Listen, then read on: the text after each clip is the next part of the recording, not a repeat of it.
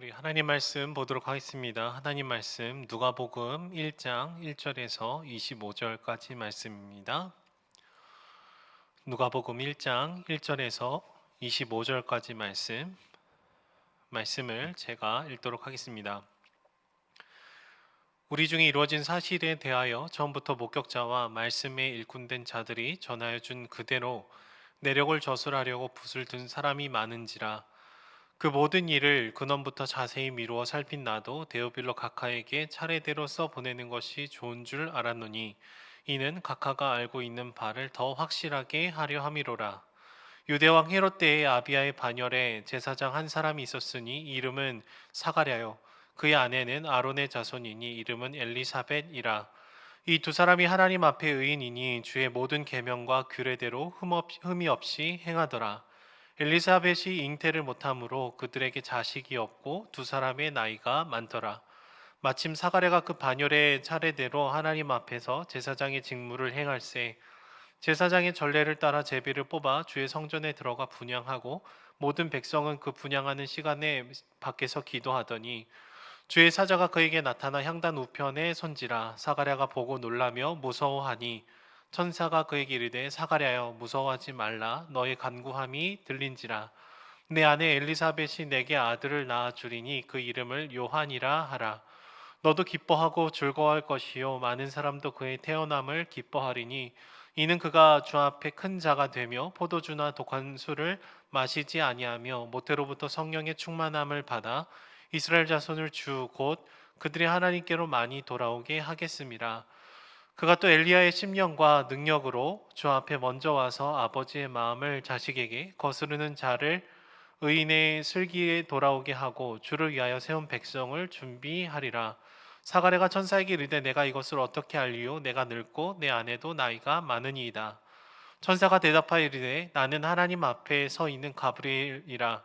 이 좋은 소식을 전하여 내게 말하라고 보내심을 받았노라.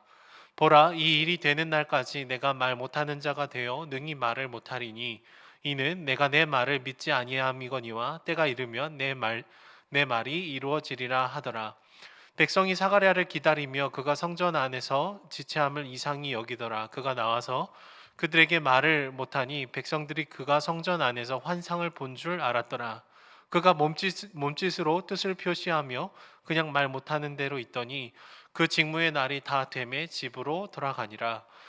이후에 그의 아내 엘리사벳이 잉태하고 5달 동안 숨어 있으며 이르되 주께서 나를 돌보시는 날에 사람들 앞에서 내 부끄러움을 없게 하시려고 이렇게 행하심이라 하더라.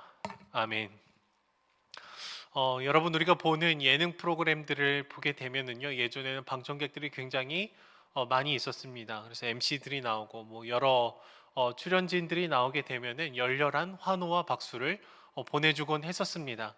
하지만 TV에는 나오지 않지만 사전 MC라는 역할이 있었다라고 해요.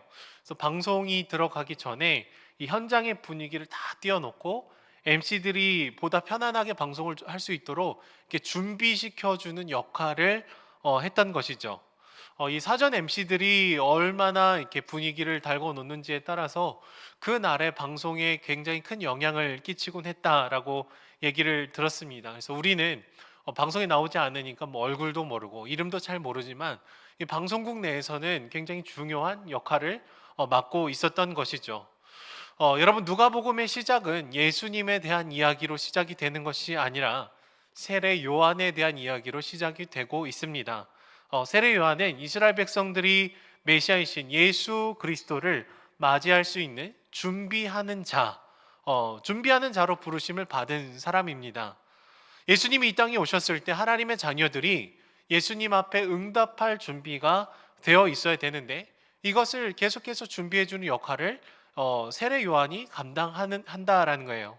특별히 오늘 말씀 본문에서는 이 세례 요한이 어떻게 이 땅에 오게 되었는지에 대해서 기술을 하고 있습니다. 세례 요한은 제사장 사가랴의 아들로 태어나게 되죠. 그런데 구약에 나왔던 많은 모티브들과 비슷하게 그의 어머니, 그의 아버지가 굉장히 나이가 많이 되었음에도 불구하고 아이를 낳지 못하는 상황 가운데 처하게 됩니다. 그리고 하나님의 이 기적과 같은 간섭하심을 통해서 임신을 하게 되고 이제 출산을 하게 되는 것이죠. 이런 이야기들을 통해서 하나님이 하시고자 하는 메시지는요, 특별히 세례 요한을 이 땅 가운데 불러주신 분이 바로 하나님이시다. 주님의 계획 안에 있었다라는 것이죠. 물론 우리는 사가랴처럼 그리고 그의 아내처럼 우리의 인식의 한계를 뛰어넘는 일들에 대해서 곧이곧대로 믿고 따르고 걸어가는 것이 아니라 때로는 의심하고 질문하고 그런 일이 정말로 일어날 수 있을까? 우리가 온전히 믿지 못하는 모습을 보일 때가 더 많은 것 같습니다. 하지만 하나님이 말씀하시고자 하는 것은요, 20절 하반부에 기록이 되어 있는 것 같아요. 이렇게 얘기를 하죠. 때가 이르면 내 말이 이루어지리라. 때가 이르면 내 말이 이루어지리라.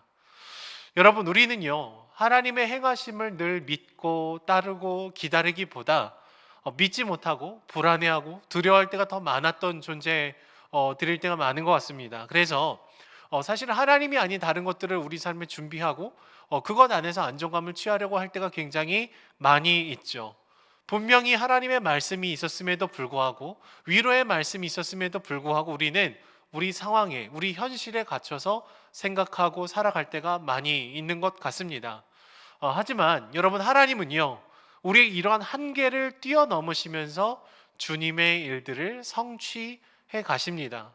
믿지 못해서 잠시 벙어리가 되었던 사가랴이지만 그들의 아들 세례 요한을 통해서 많은 자들이 주께 돌아오는 그 일들을 친히 행하시죠.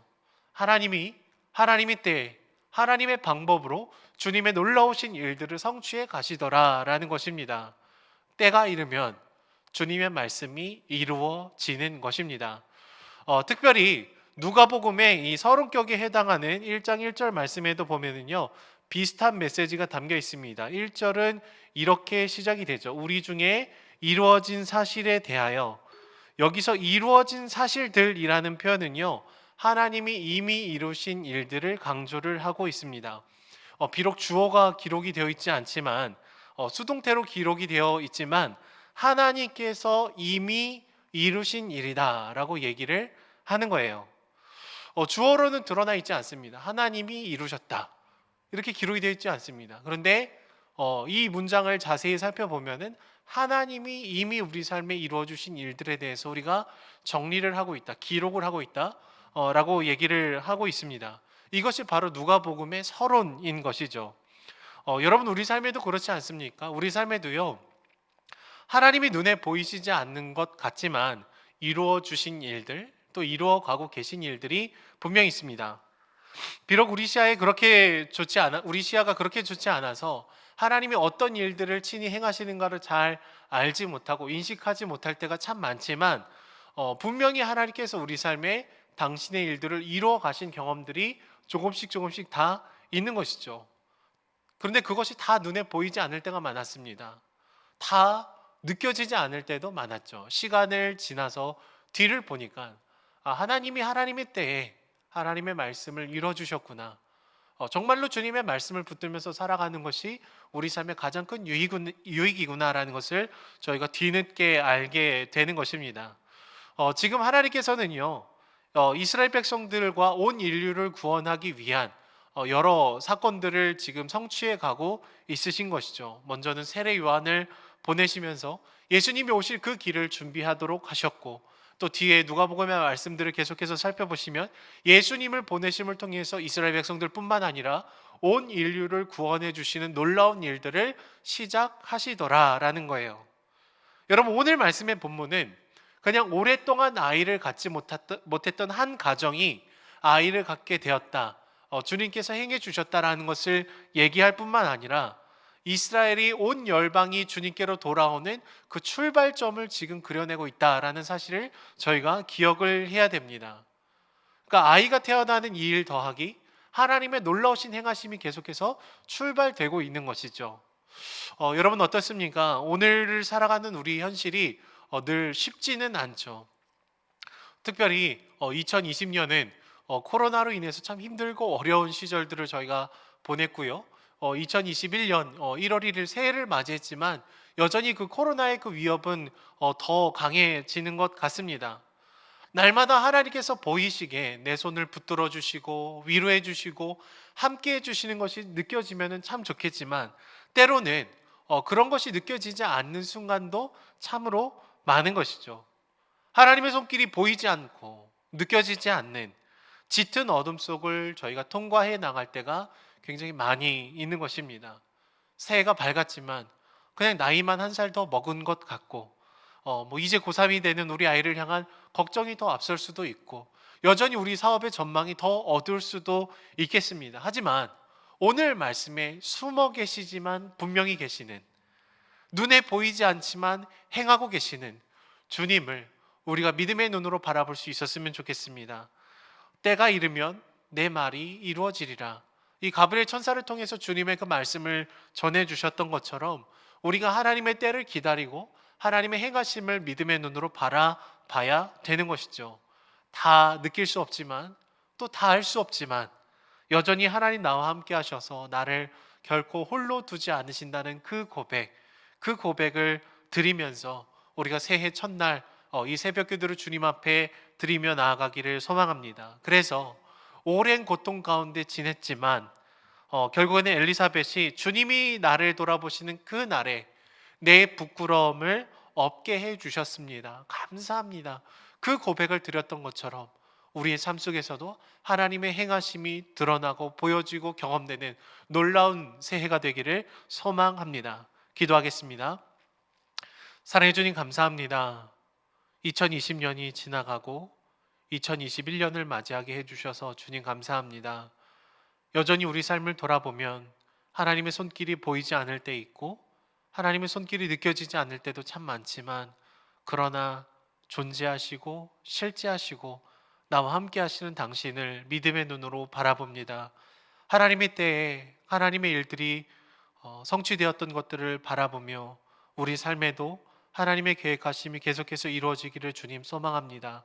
이 땅을 긍휼히 여겨주시고 질병과 고통으로 신음하는 하나님의 백성들을 하나님 치유하여 주셔서 온전한 회복이 일어나는 2021년 오늘 하루가 될 수 있도록 주님 붙들어 주시옵소서. 감사드리며 예수님의 이름으로 기도드립니다. 아멘.